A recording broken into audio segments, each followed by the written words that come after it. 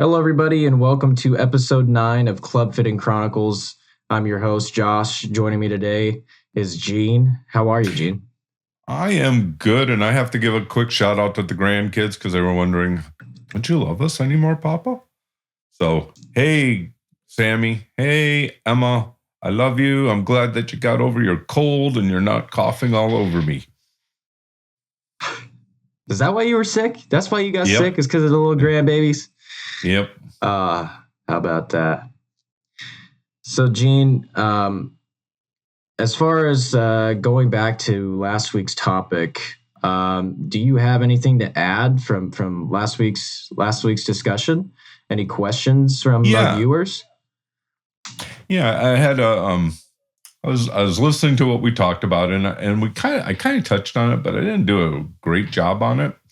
And it's kind of the reason why you have to be concerned about the declining lofts on golf clubs. And what it starts to affect is the separation from one club to the next club. For instance, if you have a 21-degree club and you have a 24-degree club in your bag, if you're swinging at 80 miles an hour, there's 7 yards of carry between those two clubs. If you swing at 70 miles an hour, you only have 5 yards of carry between those two clubs. If you're swinging at 60 miles an hour, you have 3 yards of carry between those two clubs. And if you're swinging under that, you don't have any separation. They're going to be basically the same club. You know, you back that up to like a 7-iron and a 6-iron. If you're at 80, you have 11 yards. That's a good number. But if you're at 70 miles an hour, you only have 8 yards. If you're at 60 miles an hour, you have 6 yards. And again, if you're less than that, you have 3 yards of separation. So one thing that a lot of golfers need to understand is if your club head speed is slowing down, you might not need to carry all those clubs in your bag because they're not going to make a whole lot of difference. You know, now if you happen to have a move in your golf swing where you flip the ball somehow and have a positive angle of attack with an iron, you might get a little bit more separation with lower club head speeds. But usually what I see happening is people with those lower club head speeds know the ball isn't going to get very high. So they try to help the ball up. In the effort of trying to help the ball up, they hit the ball dead square in the center of the club, using the leading edge of the club. And so they have a nice missile going at about a foot off the ground. And, they're relying totally on roll. So again, when and which leads into our topic when we start talking about other options for those longer clubs, even for those of us, in the 70 plus mile an hour range and even in the 80 mile an hour range, if we want to get some separation. So that I wanted just to touch base on that, make sure that people understood that just because you're supposed to get distance between clubs doesn't mean you get that distance between clubs. Hopefully that makes sense. Right. So you were saying pretty much the less speed, the separation is smaller, right? Correct. Yeah, because the ball isn't going to get as high, not traveling as fast, so it doesn't get as high. So it's going to come down sooner. It doesn't have spin on it because spin is a product of loft and speed. And so the ball can't fly.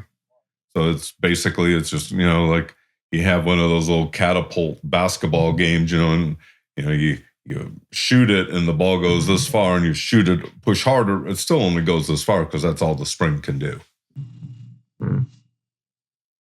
Interesting. You said that leads us into today's topic. Why don't we tell our viewers what today's topic is? Okay. So we're going to talk about the difference between your irons, hybrids, and driving irons. Because I get asked that often on the golf course. Which should I be carrying? And I guess the first thing would be is the history. Why do we have hybrids? And it kind of comes out of the Ginty. I don't know if you've ever heard of a Ginty, Josh, but it was a wood. No. And I used to have, and I have one somewhere in the house, but I couldn't find it. It has the sole plate usually came to a V, and there was a lot of mass low because a wooden head really is very light. And so there was this metal mass in the middle that helped form that V. And it was kind of a club you would use to get out of like the rough. It was a club that you could use to hit, exceedingly higher than you could hit a club of that same loft. And eventually it becomes a hybrid. And I started first making hybrids and somewhere around the year 2000, maybe 2001. Golfsmith came out with one. It was a Snake Eyes. And it was a great, great club. And the big thing, when hybrids first came out, they were designed to be an iron replacement. So if I was using a, say, 24-degree 4-iron, if I had a 24-degree hybrid, it might be a half an inch longer than my 4-iron. It may be the same length as my 4-iron. And I would be able then to hit it higher because of the way the center of gravity on a hybrid is further back from the shaft, so the shaft can bend slightly more and get the ball airborne slightly more, and I would get the same relative distance as I would with my 4-iron. And at the beginning, a lot of the hybrids were made with wood diameter shafts, and by a wood diameter, that's a 335 thousandths of an inch tip shaft. It would be a shaft that would go into it like a fairway would or a driver. An iron shaft is 3,000, let's try that again, 370 thousandths of an inch or a little bit thicker. Okay, they don't bend as much. Iron shafts are stiffer than wood shafts. So you would put a wood shaft into the hybrid, which also made it easier for the center of gravity of the head and the shaft and the head to line up, and it would help launch the ball. Well, then the big companies got involved because at first, again, the thing you always look at is what are the good high end as far as they're not making copies of something else. It's unique designs. What are the component companies designing? And that's what they came out with. And then the major companies started to follow. And probably about 2005, somewhere around there, you started occasionally seeing some of the major companies come out with hybrids. And at first, a couple of them were using wood tip shafts, smaller diameter, easier to get the ball up in the air. And then some started using 350 tips, and then some went to 370.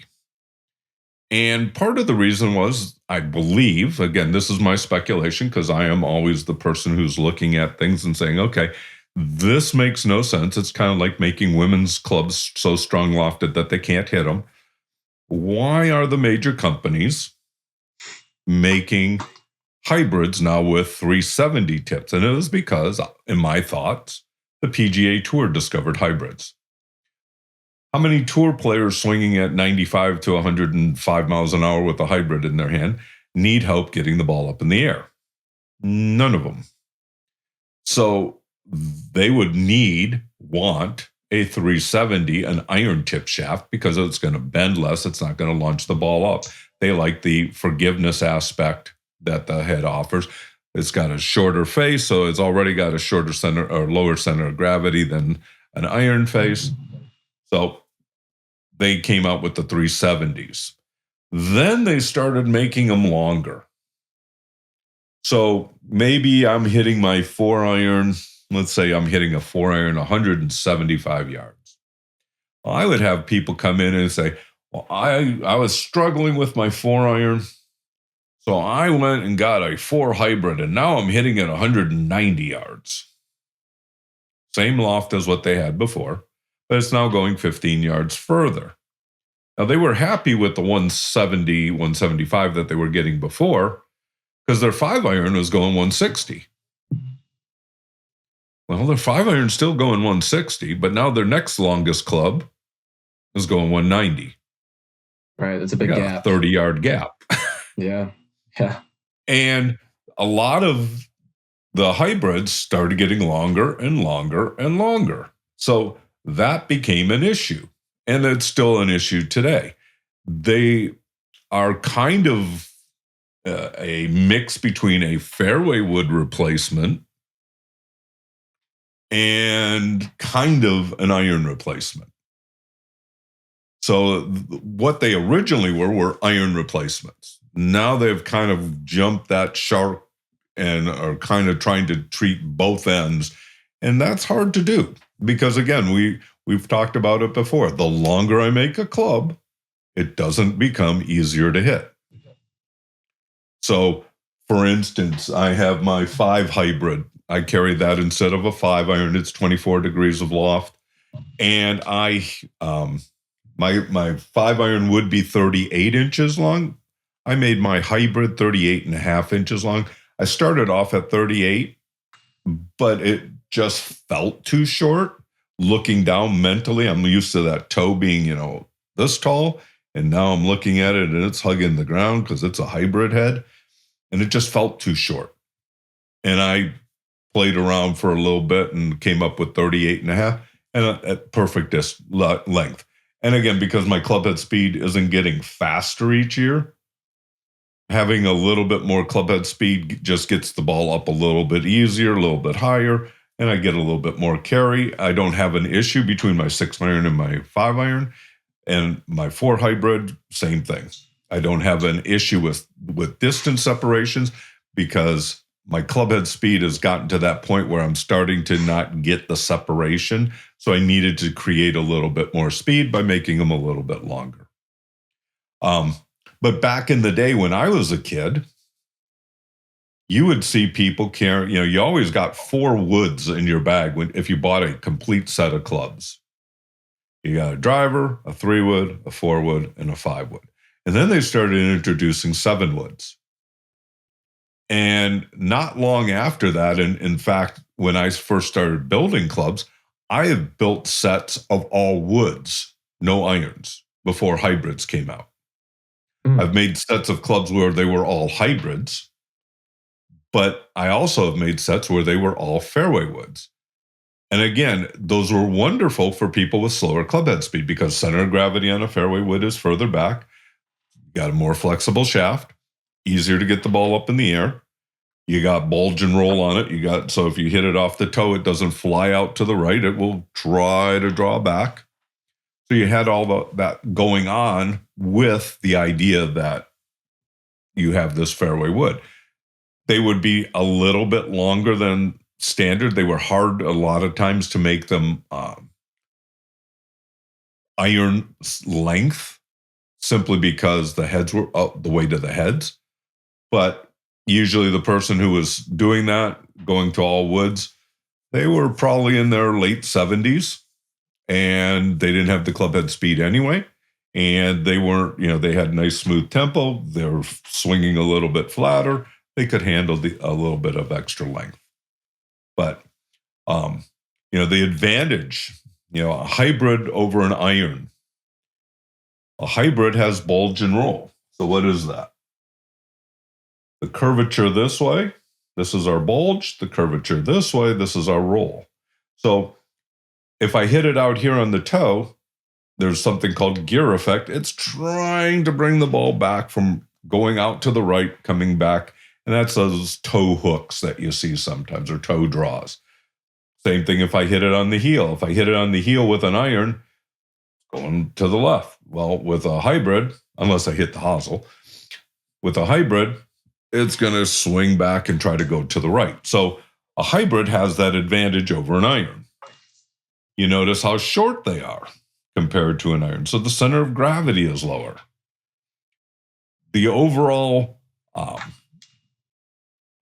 curvature of the sole, there's less club to hit into the ground. So it's something I could use out of the rough. An iron, what happens if you try to hit a 4-iron out of some halfway decent rough? chances are the hossel's going to flip over and you're going left. With the hybrid, you have a better chance of it being able to go straight, get through that grass, because again, the amount of surface area that's making contact with the ground is less than with an iron face. You can make them open and closed. Well, the ones I make, you can do that. The ones at the store, it depends on what you get. Some of the old Callaway hybrids, those used to be 1.5, 2 degrees closed. They were wonderful for a lot of people because what is the common miss of the average golfer, especially with a longer club? Out to the right.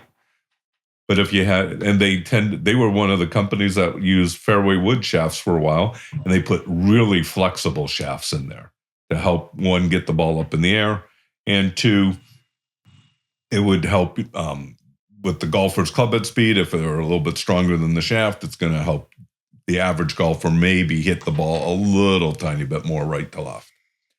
So you have the fact that you could have an open or closed face with the hybrid. You can't do that with an iron.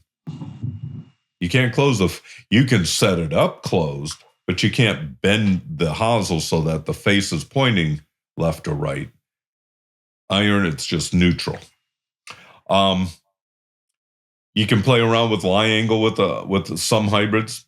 You have to find a shop that can actually bend them. It's not something that most places have, but they are bendable. Some of the ones, quote, that are adjustable may be adjustable a little bit in that way. I don't pay attention that much to the newer clubs, but I know in the past what it said and what it did, two different things. The other thing that I would encourage people to think about is if you're having trouble with hitting a hybrid versus an iron, a lot of people try to hit a hybrid like they hit a wood. So rather than setting up with their hand slightly in front of the shaft or the head and taking more of an iron swing, which is going to have maybe the possibility of a slight divot after the ball. Most of the time when I would see people struggling hitting a hybrid, they got their weight on their back foot, they're trying to launch it, and they hit the ball about in the middle of the sole of the club, somewhere right around in here, and they drill it about 5 feet high, and they go, I don't hit it very high. Well, the other thing is they put it out on their front. I see a lot of people putting it out on their front foot like it's a driver, thinking that that will help them to launch it higher. You got to do a lot of other bad things in your swing to do that. Versus an iron, how often do you want to try to take a 4-iron out of the thick rough, unless you're like a touring pro who has like 115 mile an hour club head speed and is going to get through that rough? Not too often. Used to play out at Torrey Pines after the tournament, and when they were Andy Williams, before they jumped the shark with their costs, the price of greens fees, and you put a ball out in the rough a week after the tournament was there, and it's a pitching wedge, and just try to get it back to the fairway if you found your ball. So iron's harder to hit out of the rough. Less forgiveness on off-center hits, harder to get up in the air. So a hybrid is a good choice. But why is a hybrid better than a driving iron? And it's mostly, a driving iron is kind of like a low-launching iron. Not something you're going to want to be hitting out of the rough because it's got a big, wide surface. More of the club is going to get caught up in the rough, so you don't want to be doing that because all you're going to do is turn it over. It's a flat face, so if you hit it off on the toe, it's going right. You hit it on the heel, it's going left. Generally speaking, lower spin rate. Well, most golfer, the only golfer who can benefit from that is the guy with really high club head speed who can get the ball up in the air because of their club head speed. The only positive thing with a driving iron they tend to make them a little bit shorter in length. They're closer to the iron equivalent rather than, like I was doing some research. The average 4 hybrid, which is 22 degrees, was 40 inches long. The average 4 iron for a golfer is 38 and a half inches long. Average equivalent driving iron was 38 and 3/4 to 39 inches. So it's about an inch to an inch and a quarter shorter. Makes it a little easier to hit. But again, it's really the only time you're going to be needing that or utilizing that club, a perfect lie in the fairway, slightly uphill, hopefully, to help you get the ball up in the air. But more is you're tired of hitting your 300-yard drives because you're going to drive it through the fairway, so you need something that only goes 250. And people like me, we don't worry about that too often. Your thoughts, questions? Went through a lot of stuff there. Yeah. So you were talking about driving irons, or as some call them now, utility irons. Right. You look at the utility irons now in today compared to let's say the 1970s. Okay, the base of, let's say, a 2 iron, of, let's say, what was I guess McGregor's. Okay. McGregor's were a big brand back in the day. So take a McGregor 2 iron and compare it to like a utility iron for Titleist. The bases are completely different. I mean, they're a lot fatter. They almost look, if you were to compare the two, it almost looks like the 2 irons nowadays look like hybrids compared to those. Yeah, they're a little wider sole. Gives you a little tiny bit more forgiveness. They tend to be a little bit taller than a hybrid. So center of gravity is up a little bit. That's why it's more of a driving, boring trajectory, because center of gravity is higher. It also then tends to make spin a little tiny bit less. Because usually it's a hollow body. They can manipulate a little bit of weight. They can stick a little bit more weight out on the heel and in the toe so that it's harder for off-center hits to twist it. But overall, you compare that to the advantage of a hybrid will win 9 out of 10 times because it just offers more help. That hybrid, you hit it on the toe with the driving iron or utility club, it's going right, and there's no hope of it coming back. Where with the hybrid, you hit it on the toe, you got a chance of it drawing back in a little bit, unless of course, it went right because you hit it dead square center with a 4-degree open club face. But that's a different issue. Gotcha. Yeah, as far as the hybrids and utility clubs go, I think a lot was touched on that. Club head speed as well. I mean, it was a great example using the touring pros. You don't see a lot of tour pros with hybrids. I mean, I remember probably a few months back, and I think this was probably almost a year ago now. Rory was using TaylorMade's new hybrid, and everybody was freaking out. Well, why would Rory need this? Why would Rory need that? Especially the gappers, the TaylorMade gappers when they first came out too. I mean, a lot of pros were using them, the hybrids for probably an event or two, and you didn't see them use them ever again.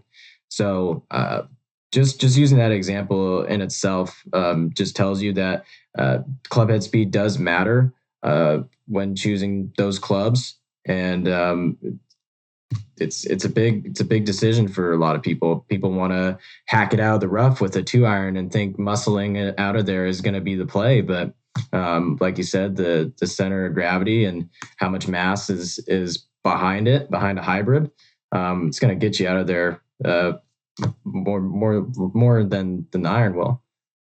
Yeah, and there's less surface area for it to get caught up. You know, the thing when you're looking at the pros and who's using a hybrid, it's not going to be the guy with the 125 mile an hour club head speed. It's going to be the guy with the 110, 15 mile an hour club head speed, because he's going to he's not going to benefit from hitting a low stinger to a green, that is surrounded by water. Right. But John Rahm can launch that thing 105, 10 feet off the ground and carry it over the water because he's got the club head speed to do it. Right. Right. So that's one of the things, most of us mere mortals, we do much better either with fairway woods or with hybrids. And again, the benefit of the hybrid is it generally can be built a little shorter. Though there are fairway woods now available where you can weight them and keep the swing weight at a reasonable level. And you can make, like, my 3-wood is 42 inches long, which is what I played when I was in college. And today the average 3-wood is like 44 inches long. And for me, I can't, that's too long. It just feels wrong. It causes us short people to get really flat. Because the earth just seems to get in the way with those longer clubs. Well, as far as questions go, Gene, I don't have any questions, but you did say that there was a viewer that had a question about the way the shaft bends. Right. He was asking about finding the position, the planar, it's called the planar oscillation plane, the flow where when you remember in the video where I would twang the shaft and you saw the laser pointing going straight up and straight down, that's the most stable position. He was saying, well, how do you put it into the club? And I tried all kinds of different things, and everybody who is a club fitter or club maker has their own philosophy. I have put that so that the shaft where it would be marked is this is the 12, where the shaft was most stable, and you put it in the 3 o'clock position to go in the direction of the swing. I have put it in the 9 o'clock position, the exact opposite side. I have put it in the 12 o'clock position. I have put it in the 6 o'clock. And what I have come up with that worked best, and when I would do testing with different golfers, this was what I found that seemed to be the answer to the most people, is I would put the shaft in. I've got epoxy and everything else in the head. It's ready to go. And then I would simply hold it so that this is my, the top of the shaft is the plane that I've marked that I want to locate everything off of. And then I just let the club head hang. And the center of gravity now is lined up with the shaft. Because the center of gravity, I don't know if I can get far enough away from no, I can't do it. Anyways, the center of gravity of the head is located right in this area, and it's lining up with everything. And that's a nice place to put the shaft and have it so that it is controlling the droop plane so that the shaft isn't like this as it's drooping. And I find that just gives a more stable feel than putting it in the direction thinking I'm going to get a little bit more out of the shaft. Most of the time I found people that was not as successful in controlling ball striking as controlling how much droop there was. Again, that's my method. I am not going to go to the mat and say that is the only way to do it. Everybody who makes golf clubs has their own way, but that was my way. And I tried to explain in about a 14,000 word essay how I did that. And I think that was a more effective way, just showing them, put the head on, hold the shaft, it'll find its spot, and then just take it, set it down, let it dry. And that's the way I would do it.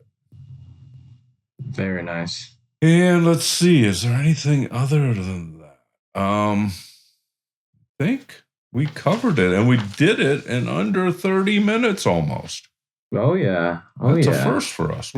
We're getting good at this. We're getting better, for sure. 100%. Once again, to all of our viewers and listeners, just want to say thank you. We really appreciate your guys' support. And if you guys could please give us a like and rating on whatever you use to listen to us. If you guys are watching us on YouTube, give us a subscribe and shoot us a rating. We would really appreciate that. And if you guys have any inquiries, don't hesitate to email Gene. This was just a prime example. This email came into Gene, and it was a nice email and had a lot of questions for Gene, and Gene answered him back. And now we're talking about it in our episode just to give everybody else insight if you, in case, had the same inquiry as another viewer. So once again, if you guys have any questions, that is an option for you guys. And Gene, do you have anything to add to that? The only thing I want to add is, hey, Alabama, I'm still waiting to hear about the Robert Trent Jones Trail. What courses I need to play in May. There you go. There you go. Gene, actually, I just want to tell you, I'm going to be heading down to Florida here pretty soon. Awesome. Get to enjoy the weather. You're qualified? Spring break. Yeah, the spring break again? Oh, yeah. You know, I'm always on spring break, man. Those college kids, man, we're always on spring break. So it seems like it's never ending. Well, all right. Someday I'm going to go to college. One day. Thanks, Josh. A few days. Take care. You too. God bless.